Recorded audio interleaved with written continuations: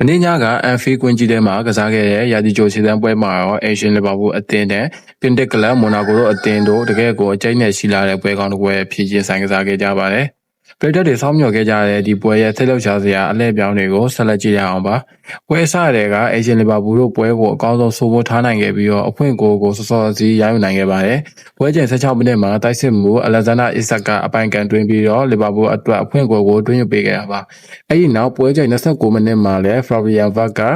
ဒုတိယဦးဆောင်ကိုထပ်မံတွင်းယူနိုင်ခဲ့လို့လီဗာပူးတို့နှစ်ကိုပြန်တဲ့အခြေအနေတော်တော်လေးကောင်းခဲ့ပါတယ်။ဒါပေမဲ့လည်းမိုနာကိုအသင်းကအလွယ်တကူရှုံးမပေးခဲ့ပဲနဲ့ပထမပိုင်းမပြီးခင်ပွဲချိန်44မိနစ်မှာ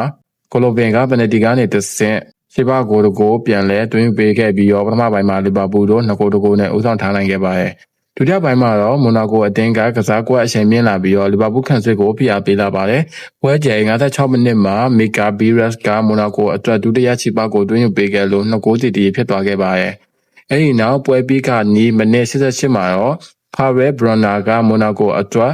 ပိုးတန်နိုင်ကိုတွင်းယူပေးသွားနိုင်ခဲ့ပါတယ်။ပွဲပြီးဆုံးချိန်မှာတော့အေရှင်လီဗာပူးအသင်းကမိုနာကိုအသင်းကို3-2ဆိုတဲ့ရလဒ်နဲ့အရေးနိုင်ခဲ့ပြီးတော့ပွဲစဉ်ကပြီးဆုံးသွားခဲ့ပါတယ်။